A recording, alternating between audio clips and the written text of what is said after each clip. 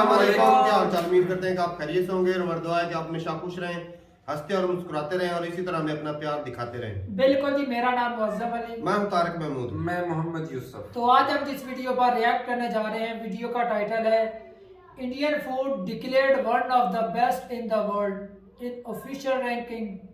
तो इंडिया की जो फूड है जनाब दुनिया में नंबर 1 पर बताएगी। ये वर्ल्ड फेयर की वीडियो है।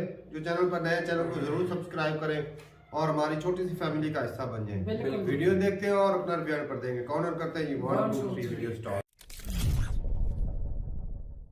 नमस्कार and welcome you to world affairs. मैं हूं प्रशांत धवन। अगर आपने वर्ल्ड अफेयर्स को सब्सक्राइब नहीं किया है तो सब्सक्राइब टू वर्ल्ड अफेयर्स। आपने काफी बार देखा होगा कि दुनिया में हर चीज को लेकर इंडेक्स बन चुका है कि बिजनेस में कौन सा देश आगे है उसको लेकर इंडेक्स, इकोनॉमी के इंडेक्स, जीडीपी के इंडेक्स, मिलिट्री इंडेक्स हैं। और अब एक बहुत ही इंपॉर्टेंट एस्पेक्ट है जिंदगी का, खाना। घूम फिर के हम ह्यूमन बींग्स को खाना पानी चाहिए होता है और दुनिया में वो कौन से देश हैं जहां पर सबसे बेहतरीन खाना मिलता है, सबसे बेहतरीन कुजीन है, इसको लेकर एक लिस्ट बनाई गई। और यहाँ पर आप देख पाओगे, इस पे आर्टिकल आपको दिखेगा, भारत की ओवरऑल रैंक आई है 5th। दुनिया में 5वीं सबसे बेहतरीन कुजीन आपको मिलेगी इंडिया में। एक्चुअली इंडियन कुजीन नाम की अपने आप में कोई चीज नहीं है। हमारे यहाँ तो विभिन्न टाइप की कुजीन्स हैं। हर 100 किलोमीटर में आप देखोगे तो खाना बिल्कुल बदल जाएगा, स्वाद बिल्कुल चेंज हो जाएगा। मगर ओवरऑल यूनिफॉर्मिटी के लिए इन्होंने कहा है कि भारत से जो भी खाना निकलता है इसकी ओवरऑल रैंक है 5th।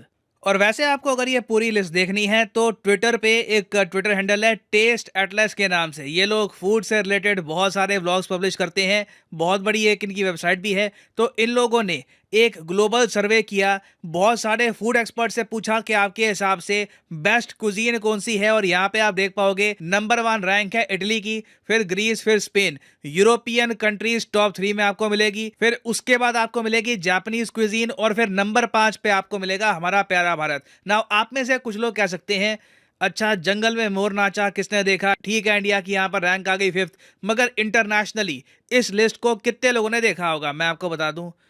ये लिस्ट दुनिया भर में पॉपुलर हुई है। इस पर हजारों आर्टिकल्स पब्लिश हुए हैं हर लैंग्वेज में। और इस ट्वीट को ही मैं आपको बता दूं, पता है कितने लोगों ने देखा है। यहाँ पे आप देख पाओगे 37.6 मिलियन लोगों ने ये ट्वीट देखी है। मतलब कि 3 करोड़ 70 लाख लोग दुनिया भर में ये ट्वीट देख चुके हैं। और मैं आपको गारंटी देके कह सकता हूं, इनमें से कई हजारों लोग इवेंचुअली इंडिया को विजिट भी करना चाहेंगे। क्योंकि आप खुद ही देख लो, इंडियन कुजीन बेहतर है American cuisine, Turkish cuisine, Chinese cuisine. Chinese खाना हमारे यहाँ वैसे फेमस है, मगर टेक्निकली जो चाइनीज खाना हम खाते हैं वो ऑथेंटिक चाइनीज होता नहीं है, वो इंडियन चाइनीज होता है। हमने काफी हद तक उसको इंडियनाइज कर रखा होता है अपने मसालों से। नहीं तो जो ऑथेंटिक चाइनीज कुजीन है आप देखोगे ये पेरू से भी पीछे है। पेरू, आप में से कई लोगों को मैप में पता भी नहीं होगा कि पेरू देश है कहां पर। तो चाइना पेरू से भी पीछे आपको मिलेगा। और फिर उसके अलावा ना इंडिया के आसपास के भी देश देख लो। अब कई बार हम कहते हैं जी बांग्लादेश, पाकिस्तान में, इंडिया में कल्चर सेम है, सेम खाना खाते हैं। नहीं, India is a unique place. हमारे यहाँ देखो जो वैरायटी है,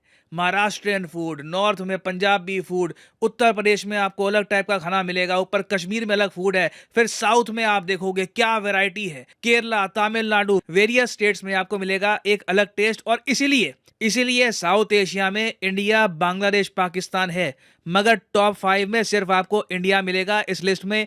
बांग्लादेश की रैंक क्या है? 43rd। जी हाँ, 43rd। और आप जान के हैरान होगे कि बांग्लादेश से ना कई पायदान नीचे पाकिस्तान को रखा है। आपने देखा होगा कई इंटरनेशनल फूड ब्लॉगर्स होते हैं, वो काफी बार व्यूज के लिए ना इंडियन और पाकिस्तानी फूड को कंपेयर करते हैं कि which food is better, McDonald's कहाँ पे बेहतर होता है वगैरह।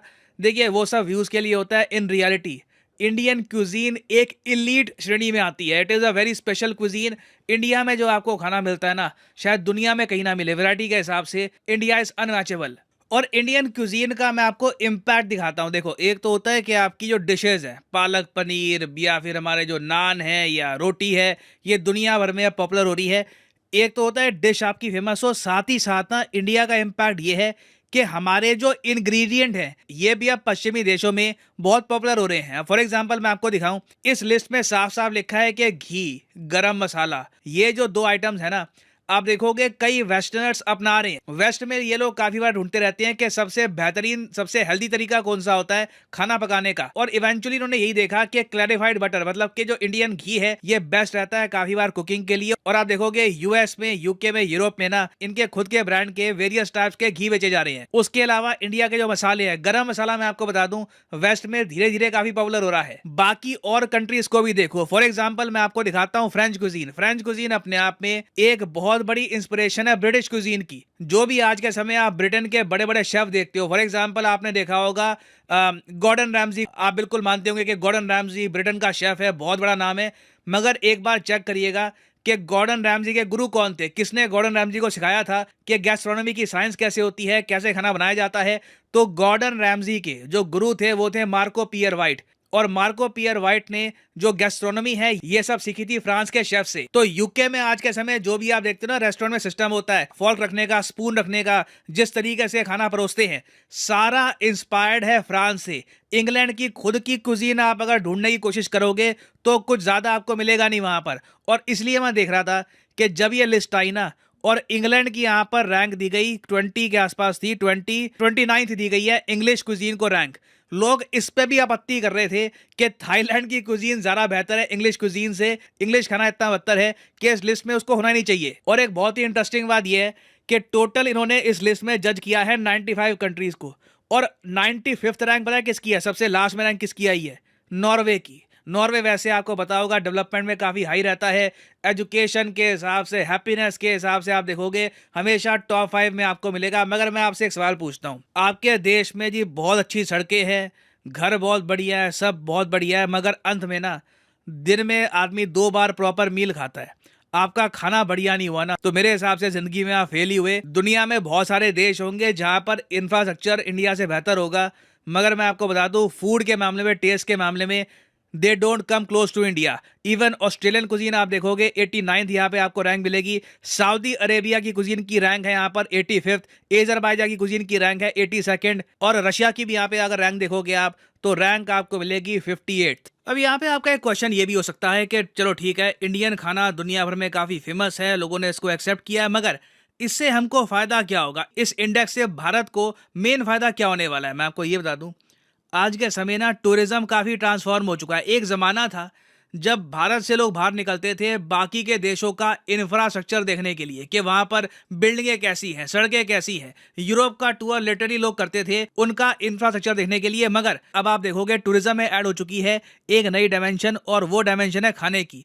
आज के समय ज्यादातर जो टूरिस्ट हैं ये बाहर के देशों में जाते हैं उनका स्ट्रीट फूड, उनकी कुजीन टेस्ट करने के लिए, एक्सपीरियंस करने के लिए कि वहाँ का खाना कैसा है। और इसको कहा जाता है कलनरी टूरिज्म, इसको आप फूड टूरिज्म कह सकते हो, गैस्ट्रोनॉमी टूरिज्म भी कहते हैं इसको। और भारत में आपको बता दूं पिछले कुछ सालों में ना एक परफेक्ट कलनरी टूरिज्म की बन रहा है डेस्टिनेशन। बहुत से अमेरिकन, यूरोपियंस जो भारत में आते हैं ना, इनके आने का ज्यादातर रीजन होता है आध्यात्म। उसके अलावा अब एक बढ़ता रीजन है फूड। इंडियन फूड के बारे में इंटरेस्ट दुनिया भर में आपको मिलेगा, और इसका इम्पैक्ट कहीं ना कहीं आप देखोगे इंडियन टूरिज्म के नंबर्स में भी आपको दिखेगा आने वाले कई सालों में ना।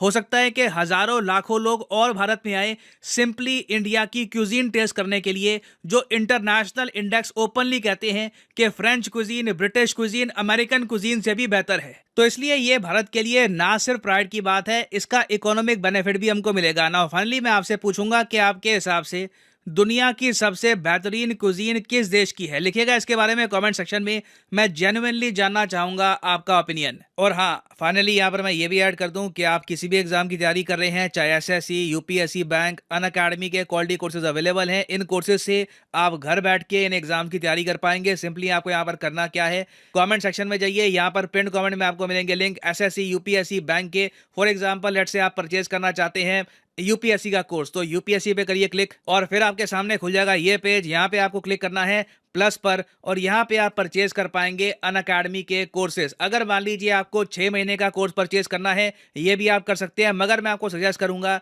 अभी एक ऑफर चल रहा है 18 महीने के कोर्स पर। 18 महीने का कोर्स आप अगर परचेज करते हैं तो 3 महीने आपको एक्स्ट्रा मिलेंगे, ऑटोमेटिकली आपका कोर्स बन जाएगा 21 महीने का। तो ये कोर्स आप कर सकते हैं परचेज, मगर जो प्राइसेस यहाँ पर लिखे हैं ये पे करने की जरूरत नहीं है। सिंपली यहाँ पर कोड डालिए PD10 और अपने आप देखोगे प्राइसेस गिरना शुरू हो जाएंगे, the prices will start falling, so use the code PD10 and save money. So इसी नोट के साथ ये वीडियो का अंत। Thank you for listening and as always God bless you all.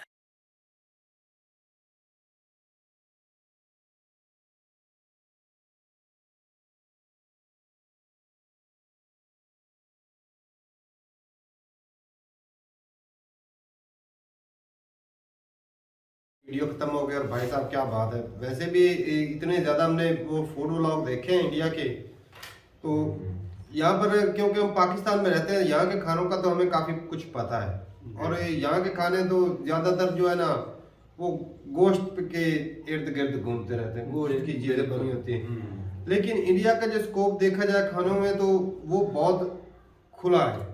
जितनी ज्यादा एरिया जितना ज्यादा है, वहाँ की जितनी ज्यादा स्टेट है, वहाँ के मौसम, वहाँ के एरिया, उस हिसाब से हर 10 किलोमीटर पर तो उनकी कल्चर बदल जाता है, 100 किलोमीटर, हाँ लोगों की नेचर बदल जाती है। और देखा जाए तो पनीर बहुत ज्यादा खानों में इस्तेमाल होता है। और नॉन वेजिटेरियन की बात करें तो मतलब वेजिटेरियन और नॉन वेजिटेरियन, वेजिटेरियन में खानों में बहुत सारी आ जाती है आइटमें, इतनी ज्यादा बंदा गिन ही नहीं पाता। वो अक्सर ब्लॉग देखते हैं ना तो भाई साहब अक्सर एक सब्जी दाल पनीर है, ये कोई पनीर का ज्यादा इस्तेमाल किया जाता है। तो खाने भाई इंडिया के देखा जाए तो बड़े मजेदार होते हैं। और मिसालों की वजह से भी देख ले, यूरोपियन कंट्री में फेमस हो रहे हैं। वैसे भी मिसालें कहते हैं, कुछ लोग कहते हैं कि ये मैदे को खराब करते हैं। मेरी एक डॉक्टर से बात हुई थी, वो कहता है अगर खानों में मिसाले ना हो ना तो ये खाना हजम ही ना हो, क्योंकि वो हीट पैदा करते हैं ना। लेकिन ये कि अगर मिकदार ज्यादा इस्तेमाल करेंगे ना, हाँ, तो फिर मेरा हीट अप हो जाएगा, ज्यादा खराब भी करता है। नॉर्मल होना चाहिए। हाँ। लेकिन मिसाले के बगैर टेस्ट भी नहीं ना मिलता खाने के अंदर। हाँ, सही। तो ज्यादा लजीज बनाने के लिए मिसाले वो जिस तरह हाजमेदार भी होते हैं भाई। जिस तरह सर बता रहे थे चाइनीज, यहाँ पे भी काफी लोग जो है वो चाइनीज खाते हैं, लेकिन वो चाइनीज प्लस देसी होता है। सही बात कि है। वो चाइनीज में देसी, चाइनीज को तो यहाँ कोई पसंद ही नहीं करेगा, ना इंडिया में ना पाकिस्तान। हमारी बात करें तो भाई चाइनीज में भी कहते हैं थोड़ा सा मसाला लगा दो, तड़का थोड़ा सा बढ़िया सा, वो चाइनीज रह ही नहीं जाता। क्योंकि हम थोड़ा सा स्पाइसी खाते हैं शौक से, तो वो चाइनीज तो बनता ही नहीं है। बिल्कुल।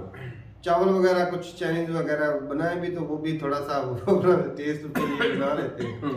लेकिन हर इलाके की अपनी अपनी फेवरेट डिशेस होती हैं, हाँ, जिसकी वजह से वो पॉपुलर जगह हो जाती है। और ज्यादा जो है ना विजिटर भी या अपनी कंट्री के लोग उस चीज को खाने के लिए वहां पहुंच जाते हैं। आज देख लो व्लॉग में अगर देखें तो भाई साहब बाहर के कंट्री से, यूरोपियन कंट्री से, अमेरिका से जो भी आते हैं वो स्ट्रीट फूड को बड़ा गौर से मतलब उसको वीडियो भी बनाते हैं और शौक से खाते भी हैं। और इंडिया की स्ट्रीट फूड की बात करें तो भाई साहब एक से बढ़कर एक चीज है। सही। बिल्कुल भाई साहब कसम से देखते थे ना व्लॉग, अक्सर तो मुंह में पानी आ जाता है, ऐसी कमाल की आइटमें होती हैं। तो बाकी रही बात हेल्दी खाने की, तो वो तो भाई जो न्यूट्रिशन की वजह से अगर बात करें तो वो अक्सर जो बड़े कंट्री हैं, जो डेवलप कंट्री हैं, उनमें न्यूट्रिशन ज़्यादा होती है मिकदार। तो मज़ेदार खानों की बात करें तो वो भाई इंडिया के खाने साफ ज़ाहिर बनते हैं। पाकिस्तान में भी खाने बड़े मज़ेदार होते हैं, ऐसा नहीं कि पाकिस्तान में नहीं, लेकिन आइटमें जो है ना ज़्यादा किस्म के खाने वो इंडिया में बनते हैं। वो एक ही एरिया में इतनी किस्म की आइटमें होती है, वो बंदा हैरान हो जाता है। बंदा थोड़ी थोड़ी चखे भी तो मैंने एक देखी थी वीडियो, वो इतनी बड़ी थाली होती है, उसमें कोई 40-50 आइटम होती है। अच्छा। वो खत्म अगर कर जाए तो उसको खाना फ्री भी देते हैं। तो वो इतनी बड़ी थाली खत्म कौन करता है? कई बंदे कर जाते हैं यार। ये तो है ना बात, आम की बात है भाई। उनके जो मंदिर वगैरह के अंदर भी जाओ ना, वो वीडियो देखी थी, उसमें उस प्लेट की जो बनावट थी ना, उसके अंदर ही 5-7 डिशें तो आ रही। हाँ सही है, ज्यादा डिशें होती हैं मंदिर के अंदर। अगर हम घर की बात करें, अपने घर में जो सब्जी बनाते हैं तो क्या होगा, ज्यादा से ज्यादा क्या होगा, आलू मटर हो गया, गाजरें हो गई। फिर सर्दियों की बात करें, आलू का भी, आलू ऐसी सब्जी है जो सबके साथ ही है। तो ये वैसे भी अब टमाटर की बड़ी कमी है, तो वहाँ की अगर चटनियों की बात करें तो प्याज तो इन्हें फ्री में मिल रहे हैं, टमाटर की कमी है, प्याज इन्हें फ्री में मिल रहा है। इंडिया में भी एक दफा टमाटर महंगे हुए तो उसकी वजह से हुकूमत गिर गई थी। अच्छा तो इधर तो कोई है पूछने वाला सारे नहीं। टमाटर नहीं, प्याज महंगे भाई होते हैं। 250 रुपए मेरे ख्याल 300 से रुपए किलो प्याज मिल बीजेपी रहे की थी हैं। हुकूमत, वो गिर गई थी प्याज महंगे होने की वजह से। हाँ। तो अच्छा है भाई साहब, इससे ना इंडिया की जो रैंक है 5 नंबर पे आई है, तो इससे दुनिया के जो दूसरे टूरिस्ट हैं वो काफी ज्यादा आएंगे। क्योंकि जिस तरह सर बता रहे थे कि अब लोग जो है वो इंफ्रास्ट्रक्चर सिर्फ देखने के लिए नहीं, खाने के शौकीन भी है।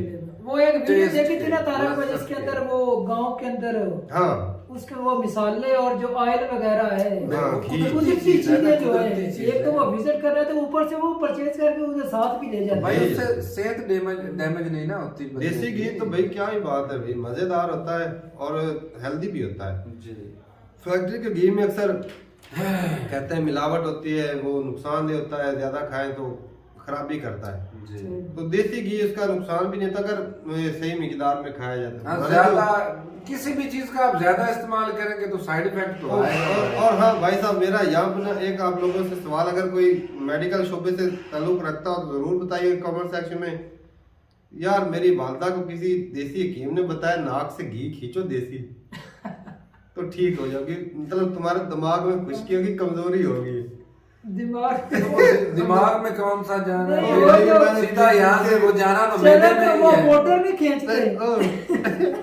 ओ भाई मेरी माँ ने आधा किलो घी पिया है भाई इस तरह, लेकिन कहती है मैं ठीक हूँ। मैं हैरान हूँ भाई साहब, चलो बंदे सेटिस्फेक्शन तो ही है। सेटिस्फैक्शन है, मुझे तो नहीं लगता कि अभी ये काम तक करता। दरअसल वो हो ही सैक हो गई है। जो बोलता है ना वो हाँ कहते ये बीमारी तो मुझे देसी दवाइयाँ जो खा भी खा। बोलते। तो ये ना सर जरूर बताइएगा कोई मेडिकल शोबे से तल्लुक रखता हो, क्योंकि भाई मैं तो भाई बोल बोल के थक चुका, कहती है नहीं मैं तो ठीक हो गई हूँ। तो ये भी जरूर बताइएगा। तो ठीक है भाई, मिलते नहीं वीडियो के साथ, तब तक के लिए इजाजत दें। अल्लाह हाफिज़।